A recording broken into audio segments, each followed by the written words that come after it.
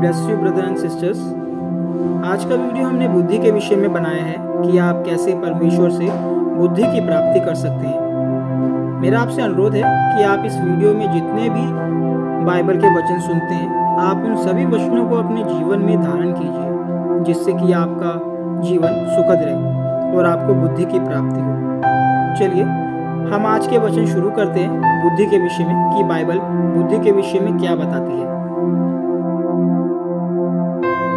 नीति वचन अध्याय 1 वचन 7, यहोवा का भय मानना बुद्धि का मूल है। बुद्धि और शिक्षा को मूल ही लोग तुच्छ जानते हैं।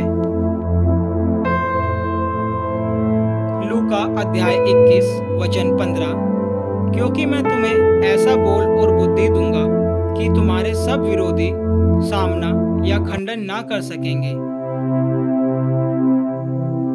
भजन संहिता अध्याय 90 वचन 12, हमको अपने दिन गिनने की समझ दे कि हम बुद्धिमान हो जाएं।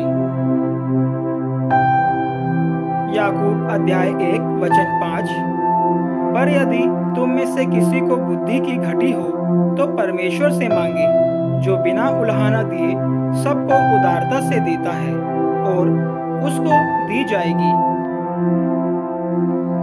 मत्ती अध्याय 7 वचन 24, इसलिए जो कोई मेरी ये बातें सुनकर उन्हें मानता है, वह उस बुद्धिमान मनुष्य की नाई ठहरेगा जिसने अपना घर चट्टान पर बनाया। पहला कुरिन्थियों अध्याय 3 वचन 18 से 20, कोई अपने आप को धोखा ना दे।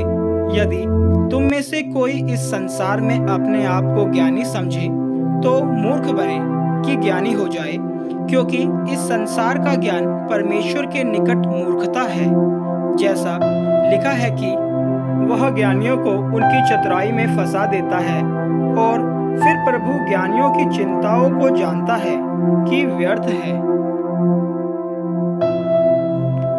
याकूब अध्याय 3 वचन 17, पर जो ज्ञान ऊपर से आता है वह पहले तो पवित्र होता है, फिर मिलनसार, कोमल और मृदु भाव और दया और अच्छे फलों से लदा हुआ और पक्षपात और कपट रहित होता है।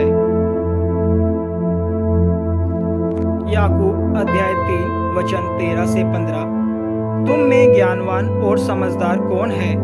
जो ऐसा हो वह अपने कामों को अच्छे चाल चलन से उस नम्रता सहित प्रकट करे जो ज्ञान से उत्पन्न होती है।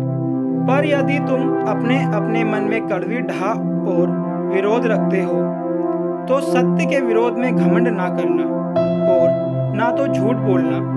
यह ज्ञान वह नहीं जो ऊपर से उतरता है, वरन सांसारिक और शारीरिक और शैतानी है। नीति वचन अध्याय 11 वचन 12, जो अपने पड़ोसी को तुच्छ जानता है वह निर्बुद्धि है, परंतु समझदार पुरुष चुपचाप रहता है।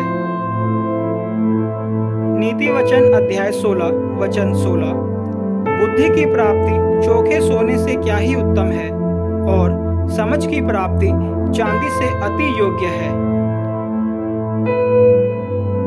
यिर्मयाह अध्याय 9 वचन 23 से 24, यहोवा यो कहता है, बुद्धिमान अपनी बुद्धि पर घमंड ना करे, ना वीर अपनी वीरता पर, ना धनी अपने धन पर घमंड करे, परंतु जो घमंड करे वह इस बात पर घमंड करे कि वह मुझे जानता और समझता है कि मैं ही वह यहोवा हूँ जो पृथ्वी पर करुणा, न्याय और धर्म के काम करता है, क्योंकि मैं इन्हीं बातों से प्रसन्न रहता हूँ। नीति वचन अध्याय 14 वचन 1 से 2, हर बुद्धिमान स्त्री अपने घर को बनाती है, पर मूढ़ स्त्री उसको अपने ही हाथों से ढा देती है। जो सीधाई से चलता वह यहोवा का भय मानने वाला है, परंतु जो टेढ़ी चाल चलता वह उसको तुच्छ जानने वाला ठहरता है। फिलिप्पियों अध्याय 1 वचन 9 से 11, और मैं यह प्रार्थना करता हूँ कि तुम्हारा प्रेम, ज्ञान और सब प्रकार के विवेक सहित और भी बढ़ता जाए, यहाँ तक कि तुम उत्तम से उत्तम बातों को प्रिय जानो और मसीह के दिन तक सच्चे बने रहो और ठोकर न खाओ और उस धार्मिकता के फल से जो यीशु मसीह के द्वारा होते हैं भरपूर होते जाओ, जिससे परमेश्वर की महिमा और स्तुति होती रहे। कुलीसियों अध्याय 3 वचन 16।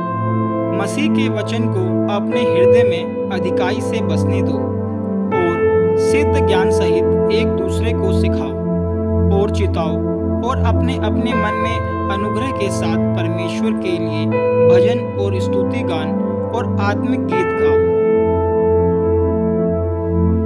नीति वचन अध्याय 17 वचन 27 से 28।